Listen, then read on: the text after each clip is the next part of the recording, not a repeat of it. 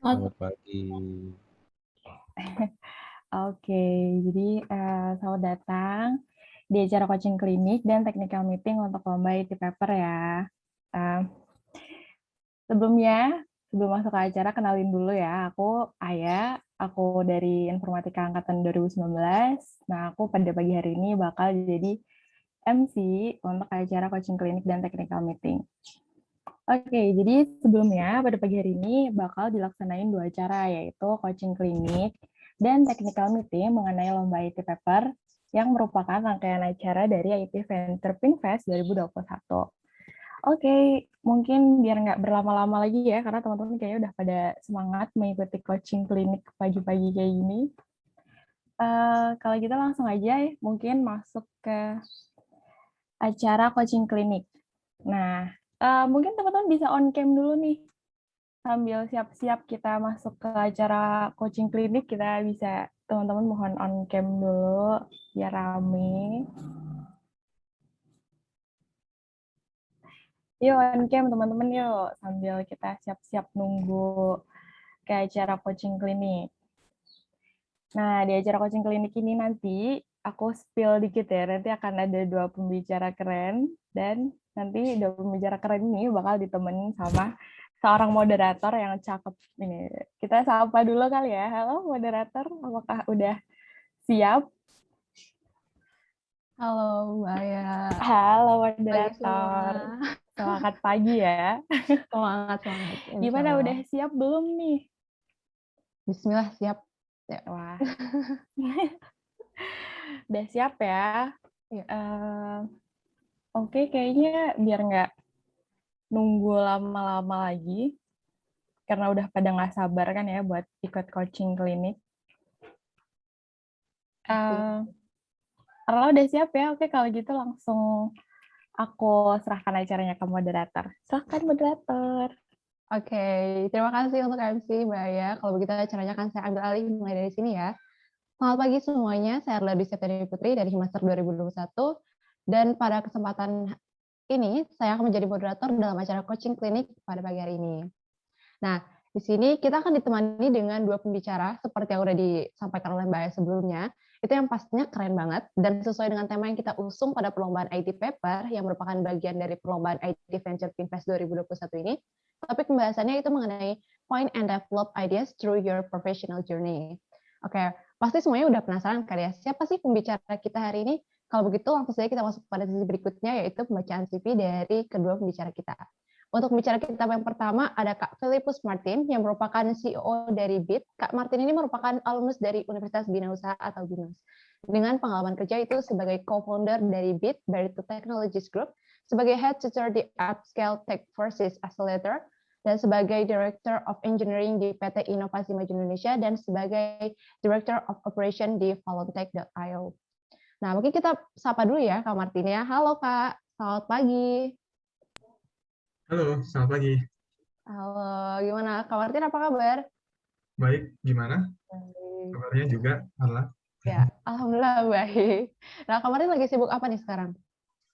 Sekarang mostly ya seperti biasa sih, ngurusin IT projects dan bisnisnya. Oke, keren banget. Oh, mungkin Kak Martin mau ada perkenalan singkat dulu sebelumnya, boleh Kak? Oh iya, boleh. Oke. Thank you banget untuk kesempatannya. Halo semua teman-teman, perkenalkan tadi sebenarnya udah tahu ya nama saya, biasa dipanggil Martin. Saya saat ini sudah kira-kira hampir 8 tahun ya berkarir di dunia IT.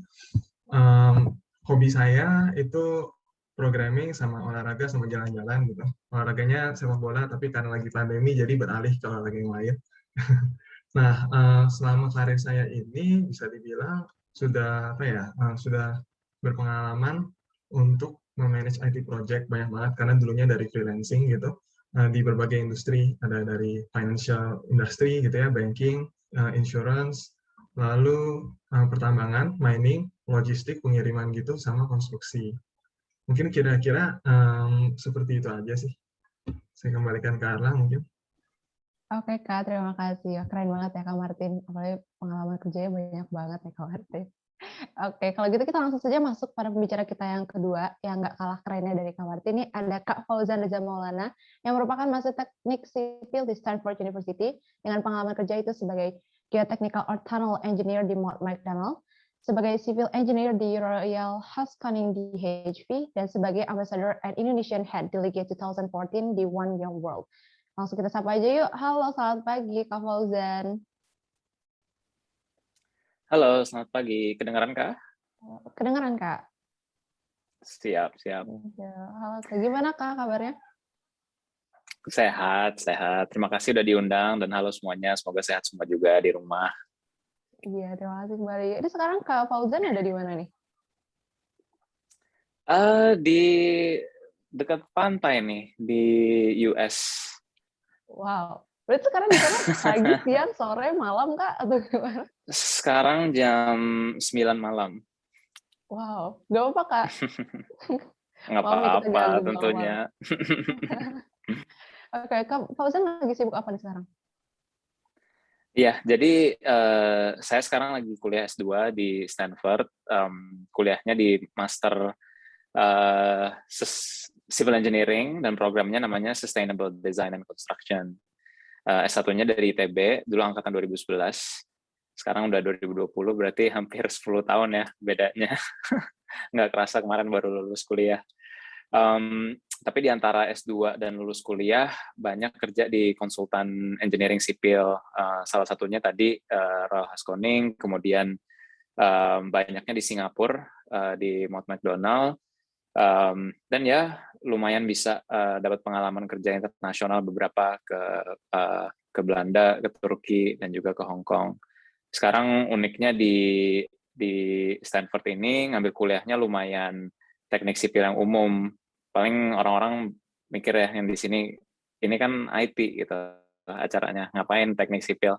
Tapi sebenarnya kerjaan teknik sipil ini banyak interface-nya dengan software dan IT, dan selama kerja beberapa tahun itu saya sendiri megang beberapa inisiatif programming dan automation. Akhirnya sekarang di kuliah S2 ini banyak ngambil kelas dan proyek yang berhubungan dengan IT.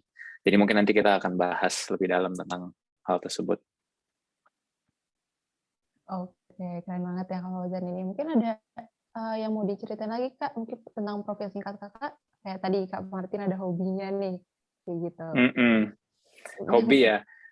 Hobi terus terang untuk saya pribadi berubah-ubah. Tapi memang ada hobi profesional tuh semacam coding gitu ya. Dulu ingat pas ketemu nih Python gitu atau JavaScript, ngulik terus kerjaannya. Code pertama yang dibikin tuh mau nge-script data saham karena mau nyoba-nyoba invest saham pertamanya. Tapi karena sering pindah-pindah, biasanya hobinya ini berubah-berubah juga. Dulu sih kuliah seringnya basket, terus pas kerja di Singapura lebih banyaknya mungkin sepedaan, traveling, dan rock climbing. Sekarang di kuliah karena rock climbingnya mungkin karena COVID ya kurang harus pakai masker segala macam. Yang paling enak social distancingnya mungkin tenis, camping kayak gitu-gitu. Sekarang juga lagi ngulik brewing kombucha. Nggak tahu kalau di Indonesia udah mulai ngetren belum ya. Tapi basically pakai teh sama gula terus pakai kayak bakteri gitulah buat bikin minuman soda-soda sehat gitu. Keren banget ya Kak Fauzan. Oke deh kalau gitu. Gimana Kak Martin dan Kak Fauzan udah siap untuk sharing bareng kita pagi ini? Yuk, siap. Siap ya. Siap, Emang boleh nggak bilang siap? Oh, jangan. Kalau bisa jangan. Oke, kalau gitu kita langsung masuk aja pada sesi talk show pada acara coaching klinik pagi ini ya. Oke, tadi kan kita udah kenalan nih sama kedua pembicara kita, dan tidak dipungkiri lagi kalau Kak Martin sama Kak Fauzan ini merupakan orang yang hebat dengan perjalanan karir yang sangat keren gitu kan. Nah, mungkin Kakak bisa share nih gimana sih awal mula Kak Martin maupun Kak Fauzan dalam memulai karirnya sampai dengan saat ini gitu. Mungkin bisa dari Kak Martin dulu. Oke, boleh. Kak Fauzan, nggak apa-apa, terserah deh. Yang mana nih enaknya? Ya terserah, mau Kak Martin silakan, mau Kak Silakan Fauzan. Martin dulu, silakan. Oke, Oke, nanti kita gantian habis ini ya Kak. siap, siap. Oke, kalau kayak gitu. Mungkin kalau misalnya ditanya ya soal gimana sih sebenarnya perjalanan karirnya selama ini gitu ya. Bisa dibilang saya itu dari pertama kali semenjak kuliah itu ya, memang sebenarnya udah banyak ambil kayak proyek-proyek lepasan, freelancing gitu.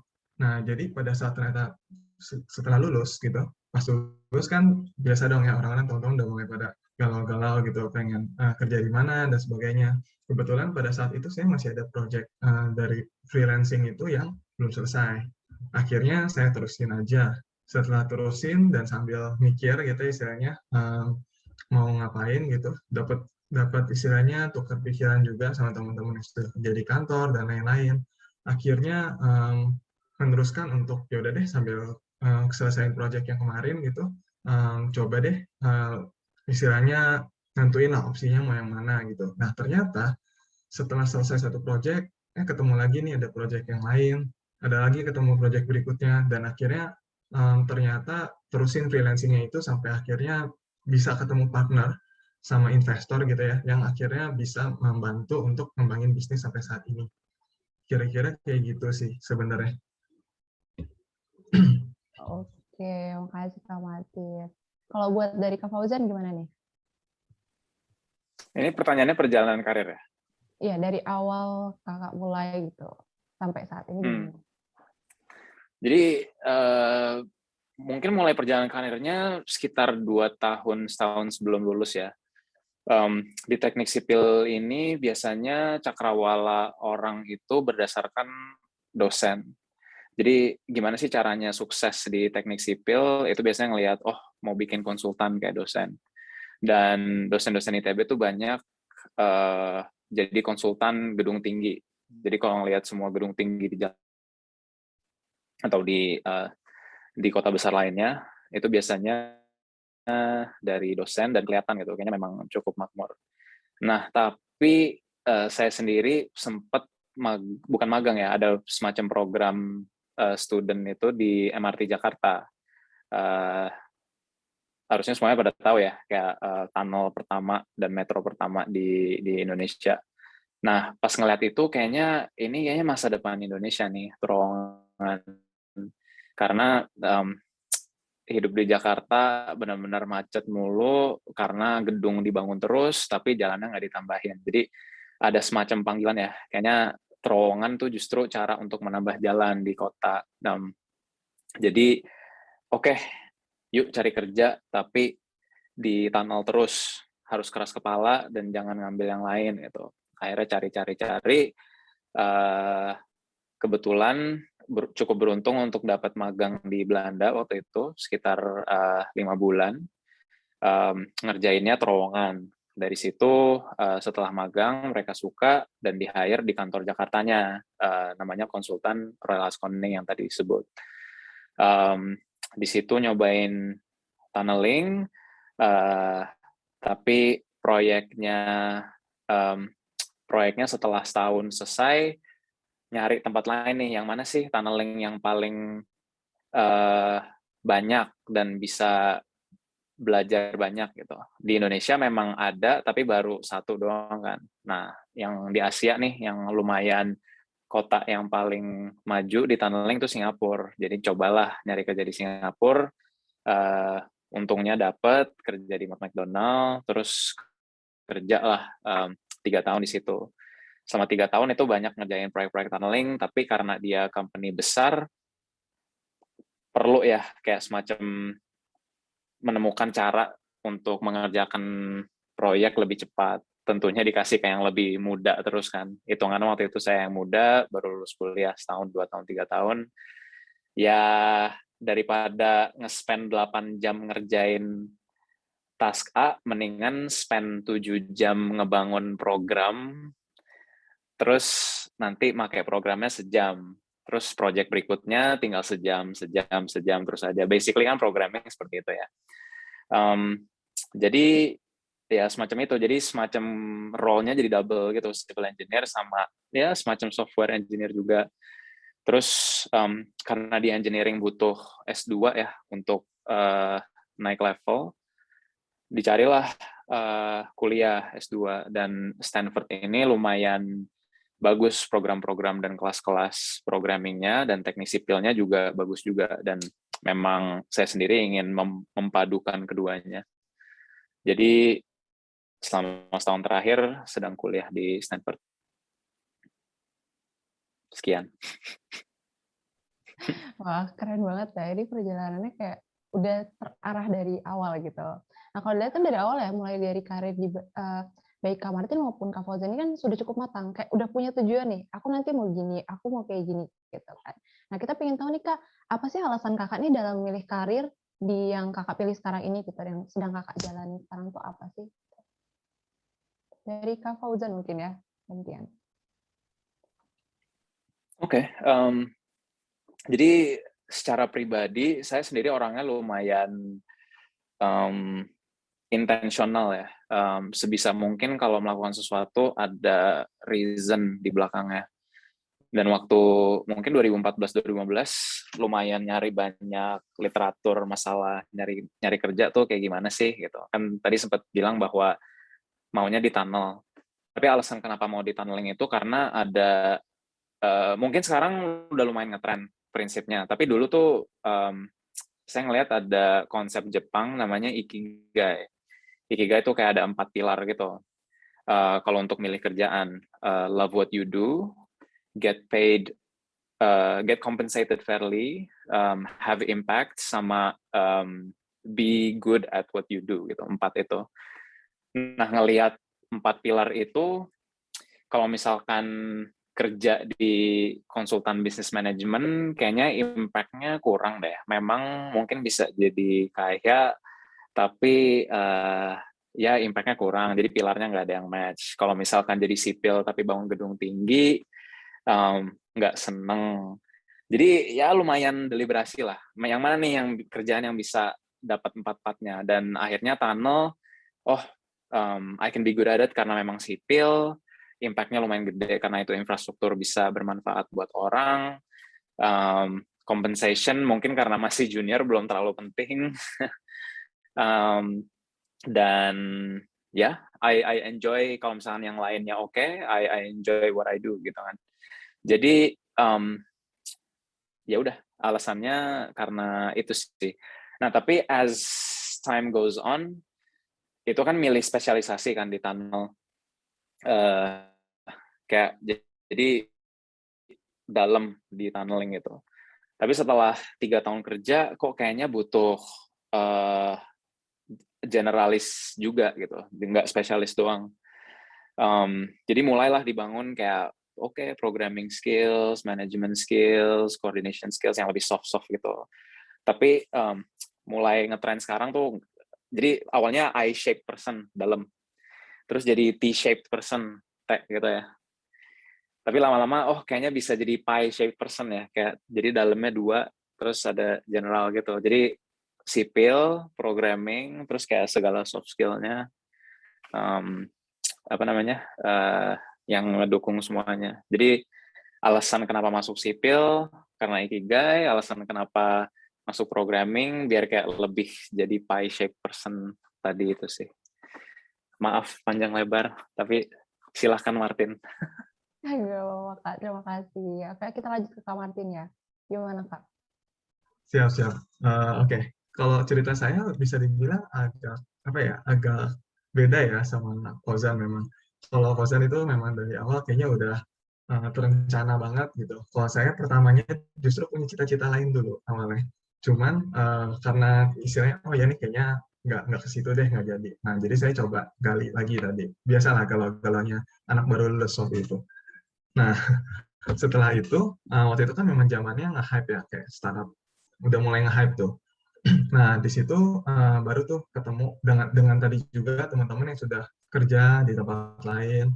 Lalu kayak menemukan satu fakta di mana sebenarnya kan IT itu memang untuk menyelesaikan masalah ya yang ada sekarang. Maksudnya kan seperti itu penerapannya.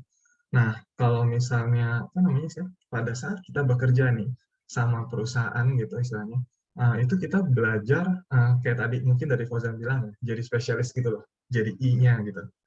Jadi belajar ke dalam, kita belajar praktik yang baik, terus fokus ke satu bidang tertentu. Jadi misalnya kalau kita kerja di satu konsultan IT yang melayani industri finansial gitu, kita kan paham istilahnya dalam banget secara industri finansial.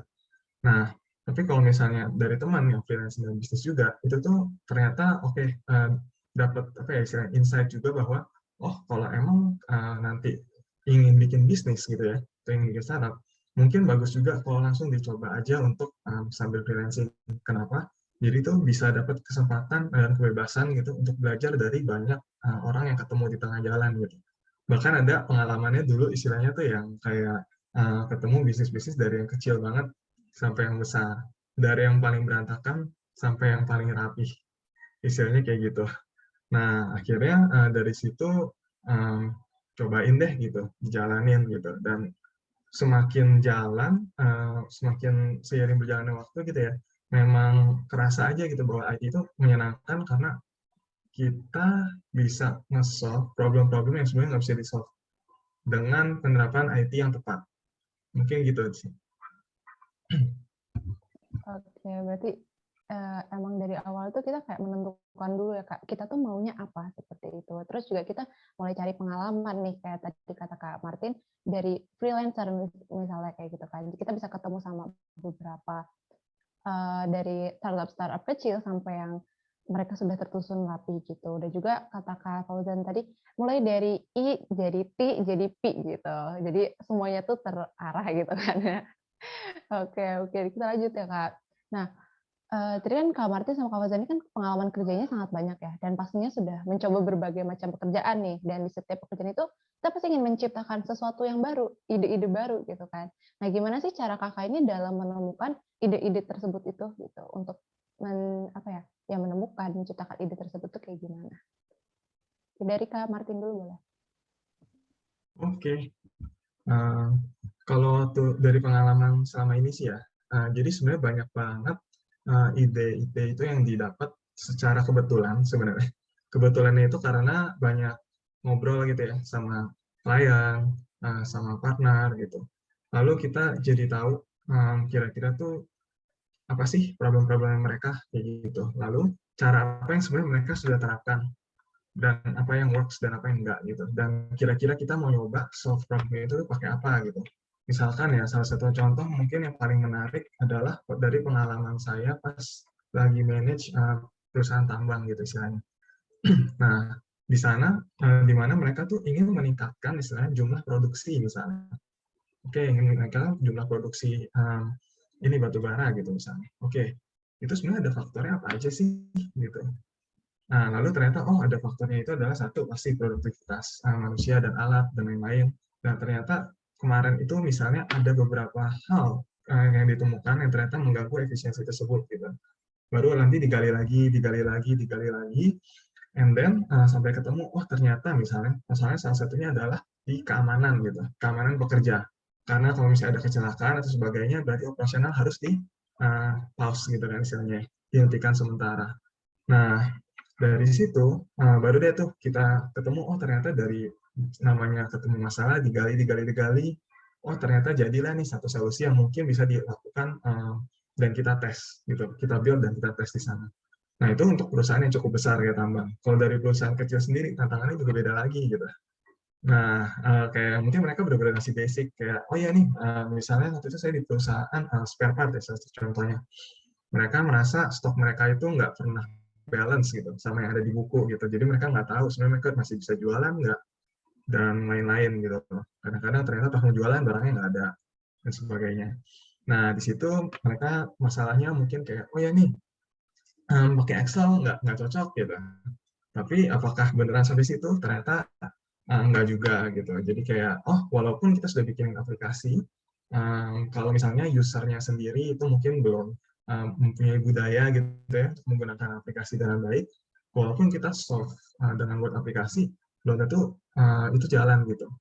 Nah, akhirnya dari seiring waktu itu, dari bisnis yang kecil, besar, skalanya beda, dan industri yang berbeda-beda, itu tuh lama-lama saya ketemu gitu, ada beberapa hal yang, ternyata ini serupa ya, di perusahaan besar maupun kecil terjadi hal ini gitu. Nah, dari situ barulah tuh biasanya menurut saya jadi ide yang worth exploring. Kira-kira kayak gitu sih, mungkin. Oke, terima kasih Kak Martin. Aku bisa lanjut ke Kak Fauzan mungkin. Gimana Kak?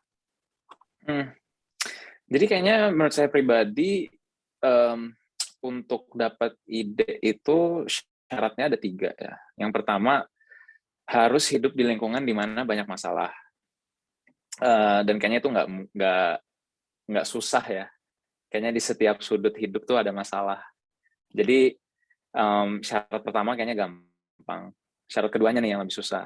Harus bisa menemukan dan ingin menyelesaikan masalah tersebut. Dan itu mungkin yang kayak harus lebih peka akan hal itu. Dulu saya kerjanya di konsultan, dan itu makan pagi, siang, malam tuh masalah, basically.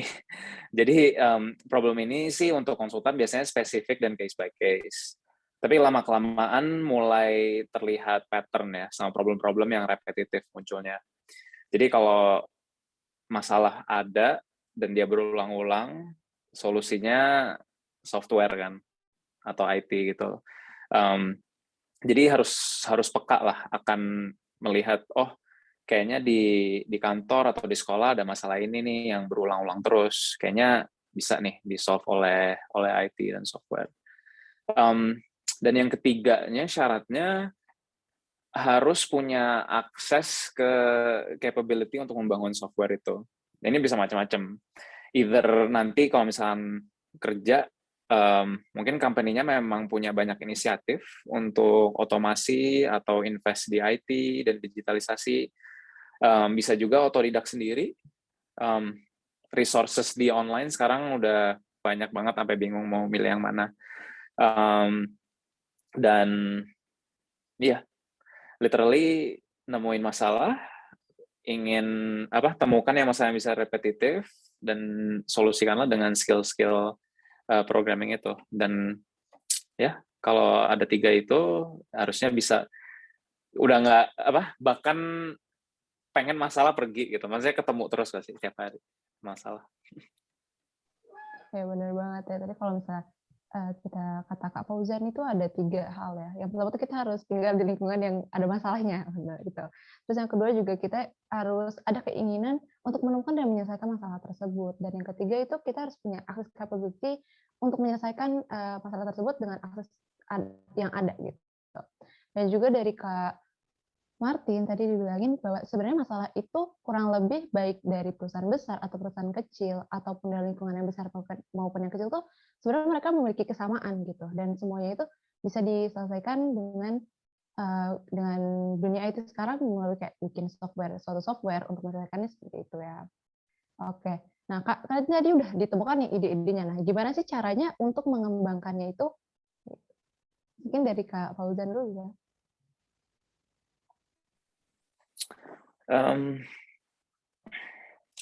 Banyak cara ya. Jadi yang pertama tuh mungkin riset dulu teknologi yang paling tepat untuk menyelesaikan masalahnya itu apa. Kemudian setelah tahu harus melakukan apa, actually learn and do it ya. Dan biasanya ini yang paling lama kalau dikerjakan sendiri.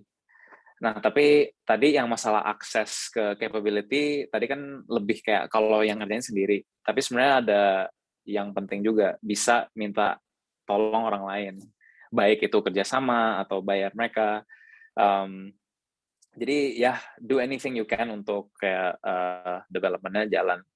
Terus ketika memang sudah dapat nih semacam prototype, ya pakailah. Dicobain, does it actually help the problem yang kalian pikirkan ada tadi? Kalau menurut kalian pribadi sudah oke, validate ke orang lain juga. Menurut mereka oke juga nggak untuk menyelesaikan masalah mereka. Terus kalau misalkan itu oke juga, ya udah saatnya bikin lebih banyak nih, di grow fiturnya, dan mungkin di-develop secara serius, mungkin dibikin perusahaan juga. Ya kebetulan saya sendiri sekarang menemukan nih berapa tahun ini problem yang lumayan kuat nih di industri konstruksi. saya menemukan beberapa partner-partner juga yang bisa melakukan IT development-nya. Terus ya lagi membangun perusahaan untuk men-channel dan mewujudkan ide itu. Jadi kalau misalkan di sini nanti ada yang tertarik buat kerja di dunia startup ya, dan mungkin spesifiknya di dunia konstruksi, bisa lah ngobrol-ngobrol setelah ini. Oke, makasih Kak. Keren banget ya. Semoga lancar ya Kak persiapan semuanya dan sukses startupnya. Oke, Amin, thank you. Oke Kak, terima kasih kembali. Langsung kita lanjut ke Kak Martin nih, gimana menurut Kakak? Kalau dari saya sendiri, mungkin paling penting menurut saya 3 ya. Yang satu adalah validasi dulu masalahnya. Kalau kita ketemu dengan misalnya dari beberapa perusahaan gitu ya, memiliki masalah yang sama, mungkin bisa ditentuin kira-kira sampel perusahaannya, sampel datanya gitu ya, diperbesar. Lalu istilahnya dari sampel data itu bisa dianalisa dan dilihat sebenarnya apakah ide ini kira-kira akan tepat gitu, dan masalahnya apakah memang valid ataukah justru masalah dan masalah lain. Lalu sama juga sebenarnya kebanyakan orang tuh pasti butuh orang lain ya, jadi cari partner untuk bisa jalan bareng gitu, yang ngelengkapin istilahnya kekurangannya kita gitu. Misalnya, saya lebih jago di programmingnya gitu, ya intinya. Nah terus misalnya kayak tadi mungkin ya, saya berkaca dari ide bisnisnya Mas Fauzan nih ceritanya. Oh ya nih, Mas Fauzan jago di konstruksinya gitu. Oh berarti coba deh kita partneran kayak gitu, tanda kutip, untuk coba nge-solve masalah tersebut gitu. Nah nanti kalau misalnya ada lagi yang menurut kalian dibutuhkan di situ, coba cari lagi orang yang bisa mengungkapin kalian lagi untuk bisa ngejalanin itu. Lalu segera bikin istilahnya dari hasil sampel yang tadi, dan setelah pastinya diskusi sama orang-orang yang tepat itu, tanda kutip, bikin hipotesanya gitu ya, istilahnya masalahnya apa, solusi yang mau dibikin kira-kira apa, lalu cepat-cepat bikin prototype. Bikin prototype dan langsung tes ke beberapa istilahnya orang yang pastinya kita udah ajak ngobrol dan oh ya mereka kayak bersedia gitu, mereka tertarik dengan solusi kita. Nah, nanti setelah itu sebenarnya bisa dibilang kayak siklusnya mirip. Misalnya ternyata tepat dan bagus, tinggal dibikin jadi gede. Kalau misalnya kurang tepat, ulang lagi, berarti balik lagi ke step 1 gitu. Kayak validasi lagi, ini kenapa nggak works ya? Dan seterusnya. Jadi harus saling melengkapi ya. Yoi. Benar, Kak. Emang kita kan hidup juga harus saling melengkapi. Nggak bisa sendiri gitu ya. Ya, oke deh. Ada 3 hal tadi yang sama dari Kak Martin sama Kak Fauzan. Yang satu, yang pasti kita harus validasi dulu. Terus juga yang kedua, kita nggak bisa kerja sendiri seperti itu. Dan yang ketiga itu, kalau bisa kita langsung aja bikin prototipenya dulu dan kasih lihat seperti ini gitu bentukannya. Wah, keren. Nah, ternyata kan ada banyak banget cara yang bisa. Sebenarnya ada quote ya. Sorry. Iya, Enggak, ada quote aja yang selalu saya ingat. If you wanna go fast, go alone. But if you wanna go far, go together gitu. Jadi pasti orang-orang pasti nanti bakal kebayang lah, aduh mager banget nih, partner sama orang bakal lama gitu. Ya memang sih, tapi lebih sustainable aja kalau partneran. Iya benar ya. Kalau kita sendirian bisa lebih cepat, tapi kalau kita banyakkan bersama-sama itu proyek kita bisa lebih jauh dari apa yang kita inginkan sebenarnya gitu. Oke, lanjut nih Kak. Karena ada banyak cara nih kita untuk menemukan dan mengembangkan ide yang kita punya ya Kak. Dan hal itu juga sangat menarik nih berdasarkan dari ceritanya Kak Martin maupun Kak Fauzan ini. Nah mungkin dari Kak Martin maupun Kak Fauzan ada nggak satu kalimat penting yang menurut Kakak nih buat teman-teman yang ingin eksplor dan mengembangkan idenya? Bisa dari siapa? Kak Martin mungkin ya? Oke, dari saya dulu ya. Kalau menurut saya ya, mungkin dari pengalaman selama ini kayak pada saat kita nemuin masalah tuh kayak tadi, saya nge-quote kata-katanya Fauzan juga gitu ya, istilahnya kita tuh hidup biasanya selalu ketemu masalah gitu, di mana-mana banyak masalah.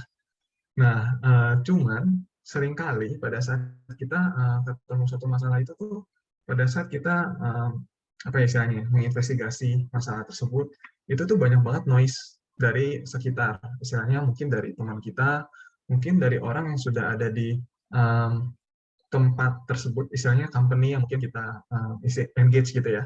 Oh mereka tuh punya masalah ini gitu, dan mereka semua tuh punya pendapatnya masing-masing dan punya apa istilahnya punya pendapatnya masing-masing serta solusi yang mereka kebayang gitu loh. Kadang-kadang menurut mereka ini nggak works, nah ini works gitu. Orang B nanti bilangnya oh salah itu orang A, yang ini yang jalan gitu, yang itu nggak jalan gitu. Nah akhirnya tuh banyak banget semua ini tuh jadi noise, dan itu tuh sebenarnya kalau kita nggak hati-hati itu bakal bikin asumsi kita duluan gitu. Nah kalau menurut saya sih yang paling penting ya mungkin satu kalimat itu adalah banyak bertanya why sama how gitu lah istilahnya. Karena kadang satu masalah yang tampak kayak tadi misalnya contohnya ya produktivitas tambang gitu misalnya, itu nggak selalu langsung oh berarti masalahnya adalah kita tambah orang lagi atau tambah mesin lagi, mungkin nggak begitu. Pada saat kita tanya emang kenapa kok nggak produktif menurut Anda, oh iya ternyata pas tanya lagi hari aktifnya hanya 300 hari dari 360 hari.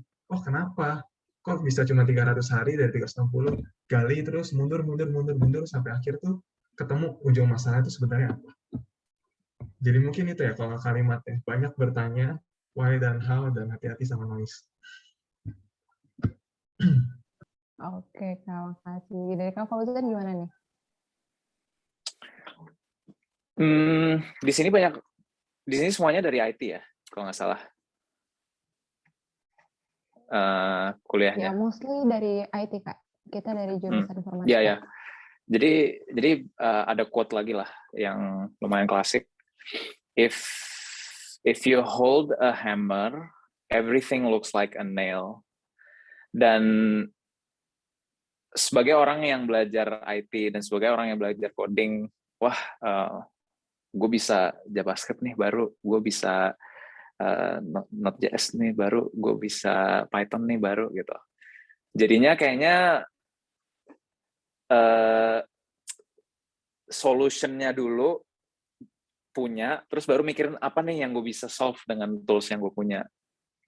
Nah, jadi harus dibalik, harus masalah apa dulu, baru gue belajar cara nyelesain masalah itu, belajar toolsnya. Belum tentu skill yang kalian punya saat ini adalah yang paling tepat gitu. Makanya harus banyak riset dan banyak ngobrol sama orang untuk tahu ya gimana yang paling benar. Nah, tapi itu klasiknya. Menurut saya sebenarnya lebih dalam lagi sih, yang ada step yang lebih dahulu lagi daripada nyari masalah. Dan itu adalah bagaimana cara kita bisa di environment yang kondusif untuk kita bisa identify masalah tersebut. Dan itu gampang. Always start with wanting to be great at something. Gitu.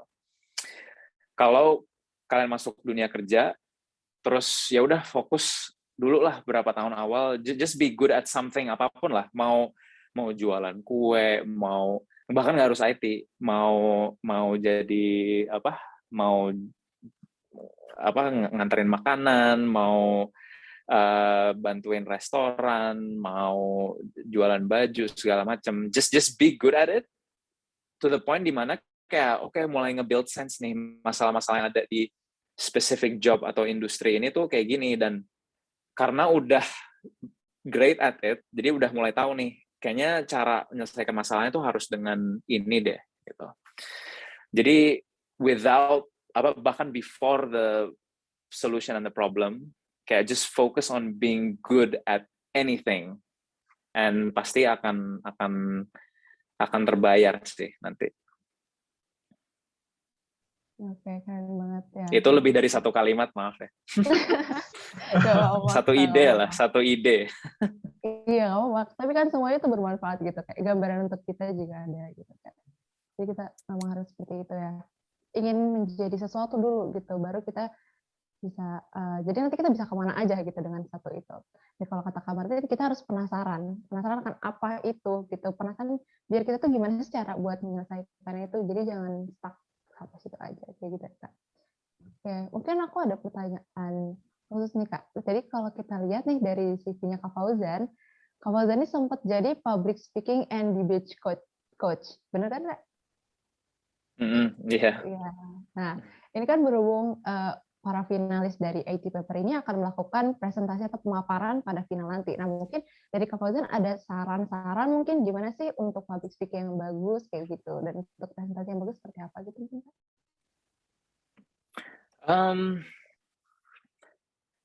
Yang pertama mungkin di script dulu ya. Di script dulu yang ingin disampaikan apa, dan fokusnya lebih ke why-nya semua sih. Apa message yang ingin disampaikan, dan mungkin jangan fokus ke template yang pernah dilihat dari orang lain gitu, kayak misalkan tata cara atau jenis-jenis atau ya dan semacamnya. Jadi orang akan nge-appreciate ketika message-nya yang ingin disampaikan seperti apa, dan ketika itu sudah dilakukan,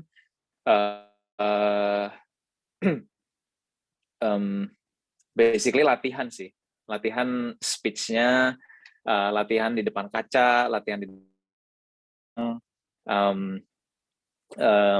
ya basically ada 4 poin sih kalau misalkan public speaking itu harus bagus. Jadi voice-nya harus ada 4 P basically. Power-nya harus oke, pitch-nya, naik turunnya tuh harus sesuai seperti emosi yang ingin disampaikan. Usage of pause juga, jangan ngomong terus nggak ada pause-nya. Mungkin ada berhenti sejenak di antara poin. Dan pace-nya juga jangan terlalu cepat, jangan terlalu lambat. Kemudian gesture juga penting. Ketika memang ingin menyampaikan sesuatu, jangan stiff diam saja, tapi ada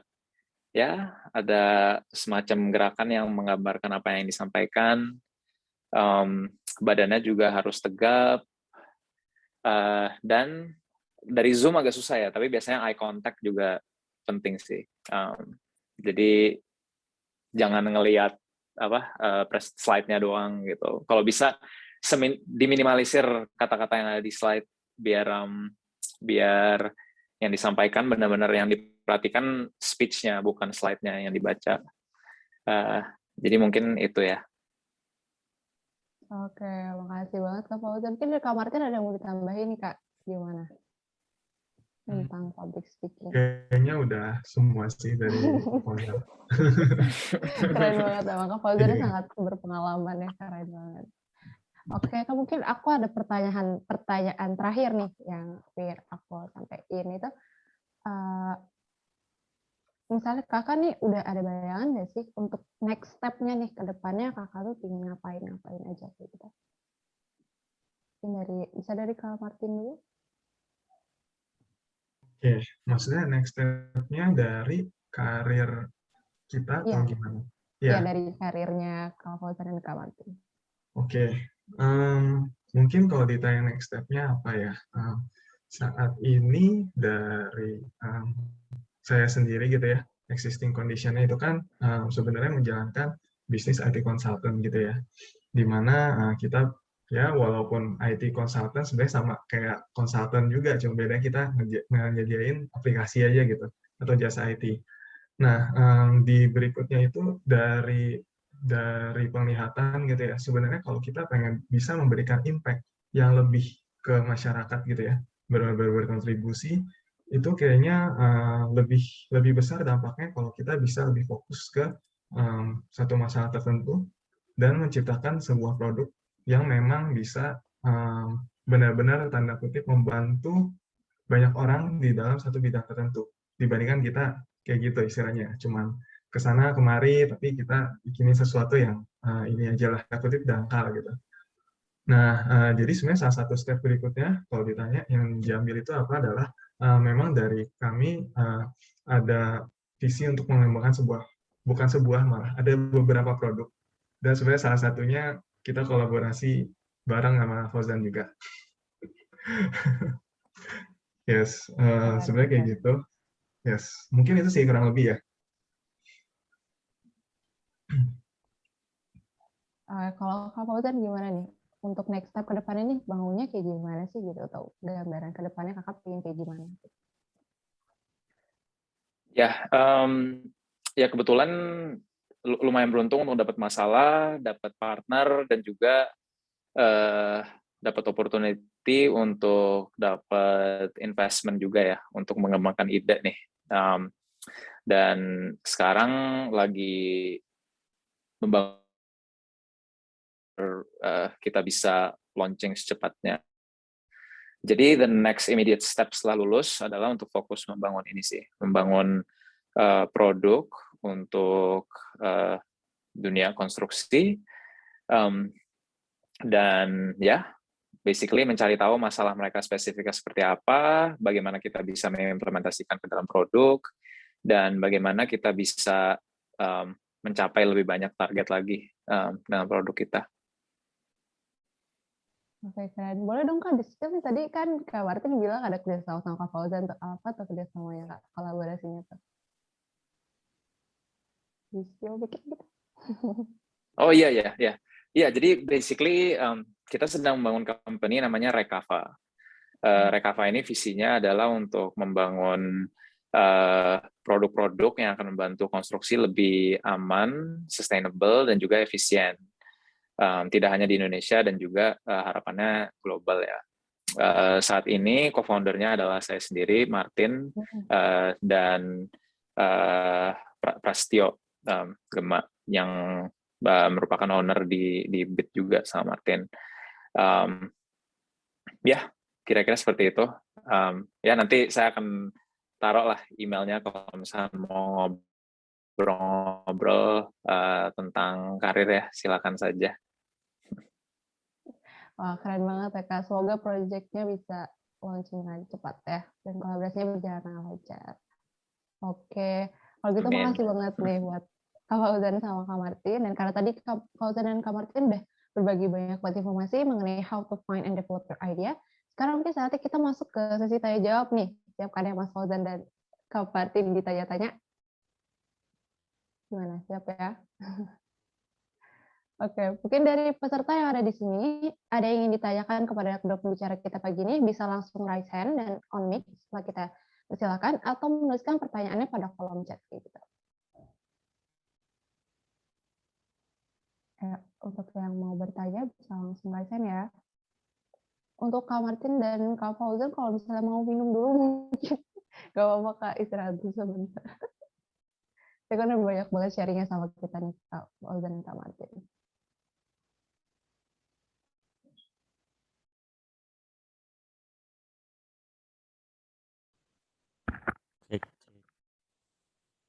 Halo. Ini sama siapa? Hai, Farel Noval. Ya, boleh. Izin bertanya ya. Ya.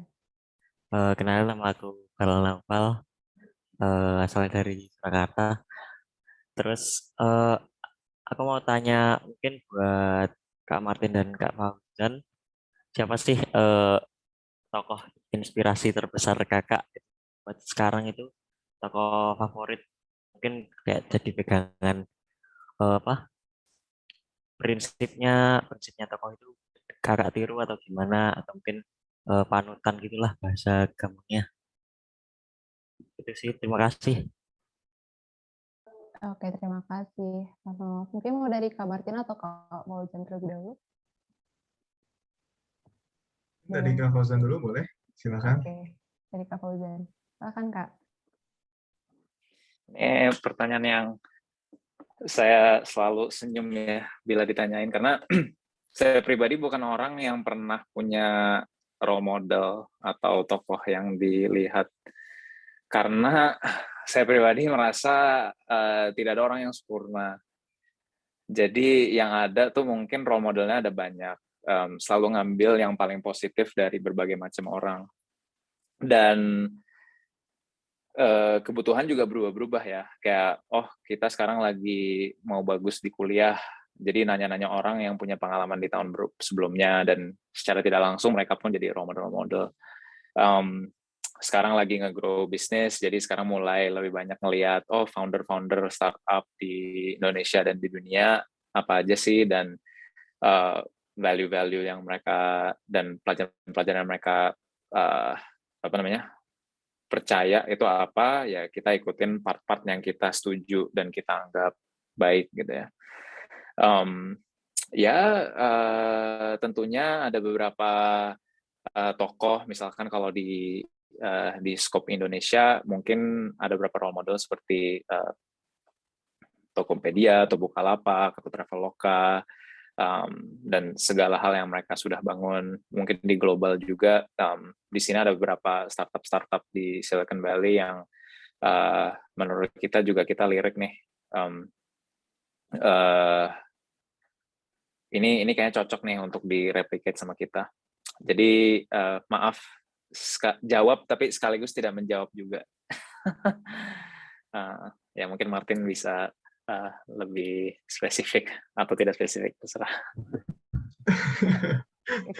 Oke.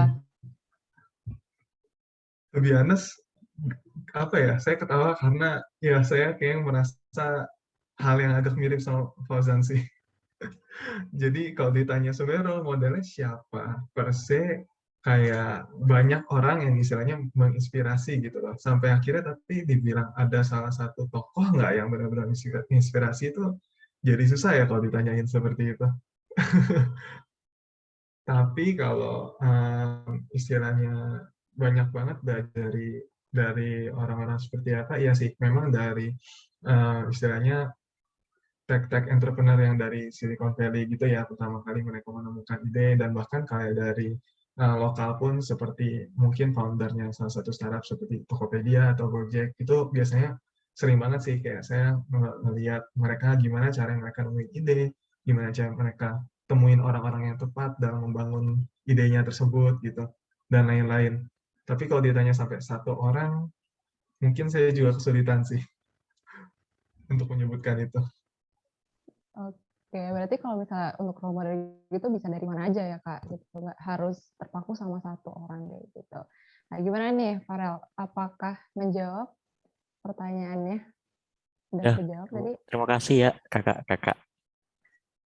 Oke, terima kasih juga Farel. Oke, mungkin kita lanjut. Ini ada yang nanya di kolom chat. Saya bacakan ya. Assalamualaikum, perkenalkan nama saya Yuza Rizky Mahendra. Pengalaman yang di-sharing dari webinar ini sangat menarik dan memotivasi. Bisakah kasih satu advice untuk kita semua untuk lebih memotivasi kita? Gimana tuh? Bisa dari Kak Martin mungkin ya sekarang. Oke, dari saya ya. Mungkin kalau ada salah satu advice itu adalah kalian semua tuh masih muda, tanda kutip. Kalian tuh masih apa ya? You have time on your side gitu loh. Kayak kalian tuh masih banyak banget yang bisa dieksplor, masih banyak banget yang bisa dicoba. Jatah kalian salah itu masih banyak gitu. Karena ya dari yang saya ngobrol gitu ya, dari pengalaman ketemu banyak orang, pada saat orang yang karirnya sudah hebat pun, kalau ditanya dan kita tanda kutip jadiin karirnya dia di dalam statistik gitu, itu mereka nggak 100% benar. Mereka nggak selalu bikin pilihan yang 100% benar, mereka nggak selalu ambil jalan yang selalu 100% benar, tapi mereka memang lebih banyak membuat pilihan yang tepat daripada yang salah, tanda kutip kayak gitu. Jadi intinya adalah di usia kalian yang sekarang ini juga, dan apalagi kalian udah ikut-ikut istilahnya event-event kayak Pinkfest gini ya, in my opinion kalian semua tuh udah bukan punya waktu doang lagi tadi di sisi kalian gitu, punya waktu di sisi kalian dan kalian punya semangat di sisi kalian.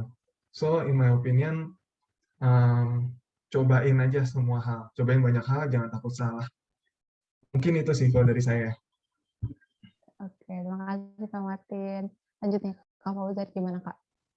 Motivasinya.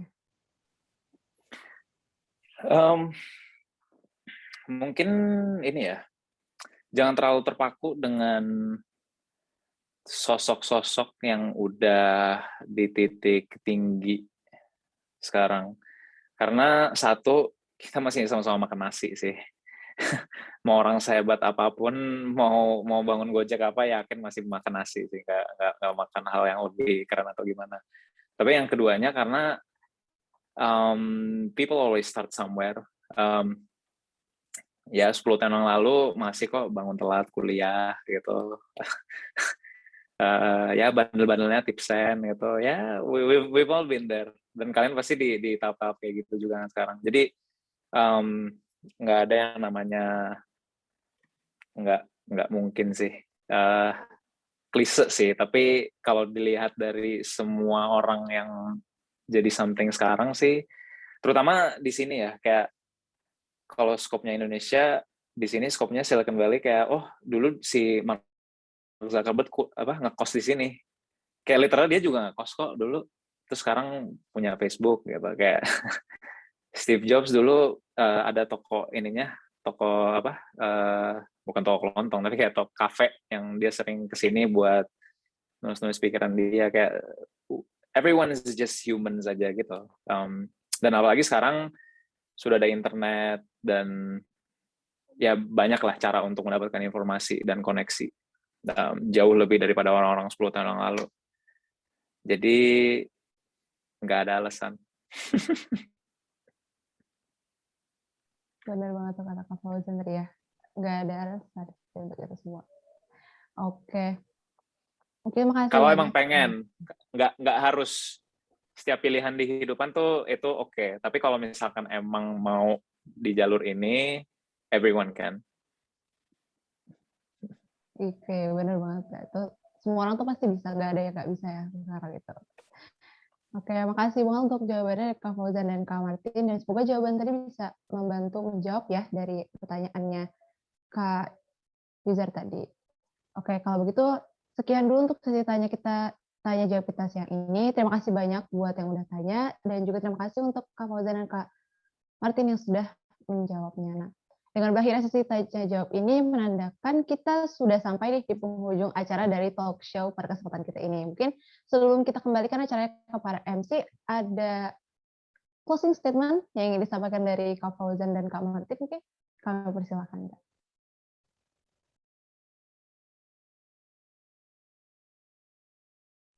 Ada yang closing statement? Mungkin silakan mau Fauzan duluan nih kali ini. Oke, Kak Fauzan. Iya, ini sih. Mungkin dari tadi kan kita, ini closing statement-nya ada beberapa kali, berarti dari tadi kayaknya. It's okay. Mungkin dari tadi kan kita lumayan cerita kayak gimana nyari ide, gimana cara pursue bisnis dan menyelesaikan dan segala macam. Saya ingin nge-balance sedikit sih bahwa this path itu nggak harus for everyone and it's not for everyone juga. There are other ways to be successful in life, kayak bahkan working a 9-to-5 job in a job that you like, providing for your family is also okay gitu. So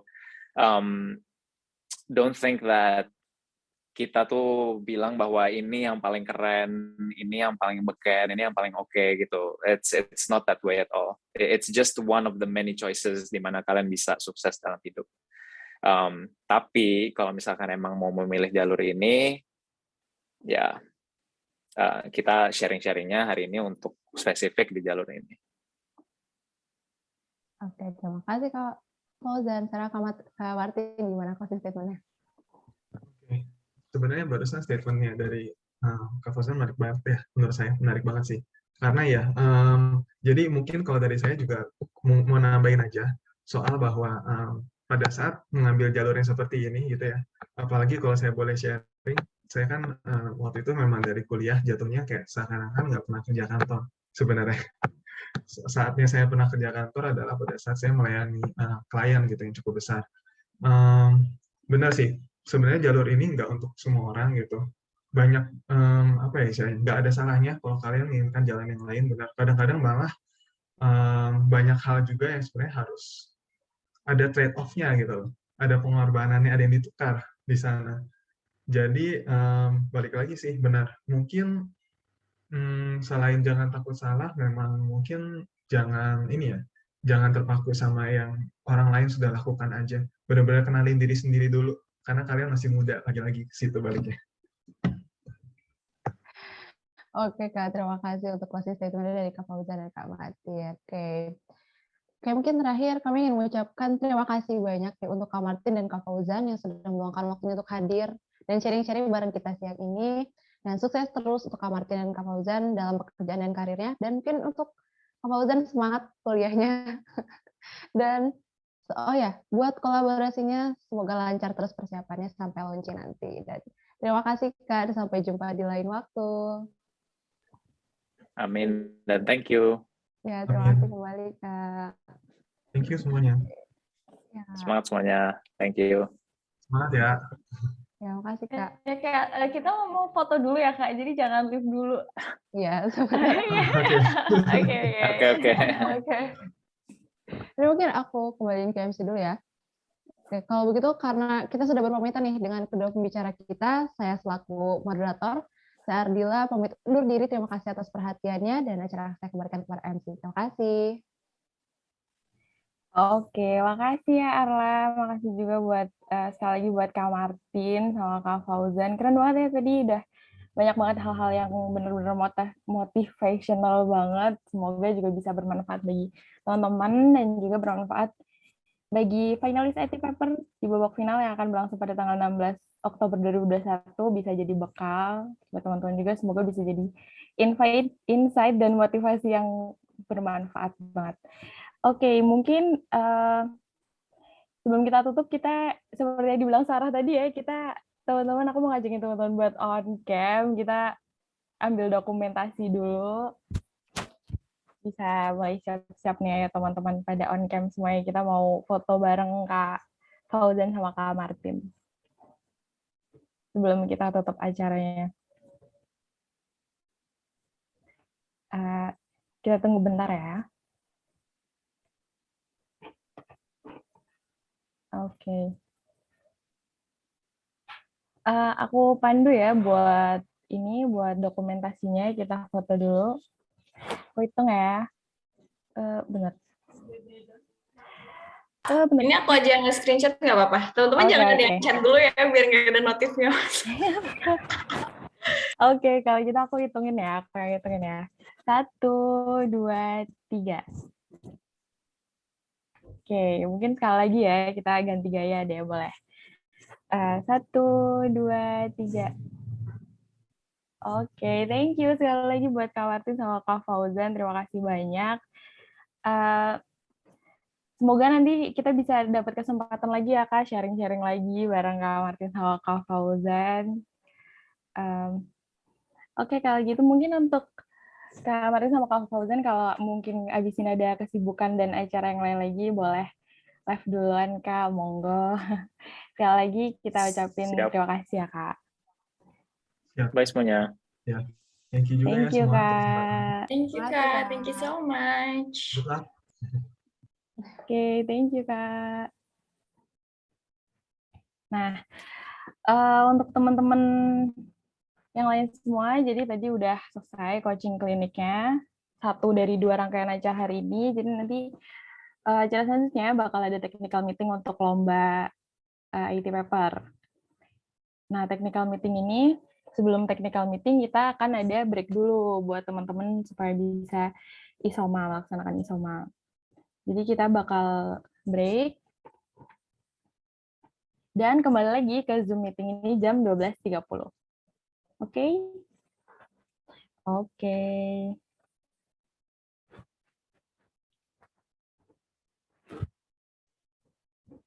Oke, kalau gitu.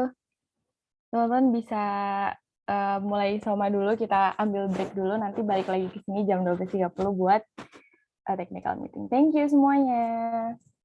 See you jam 12.30.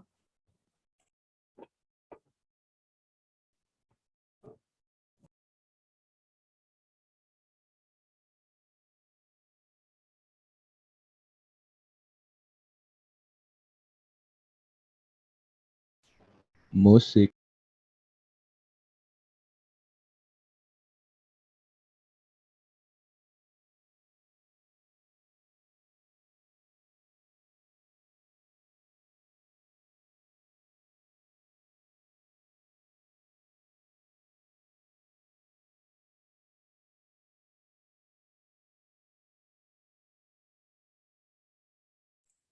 Dah.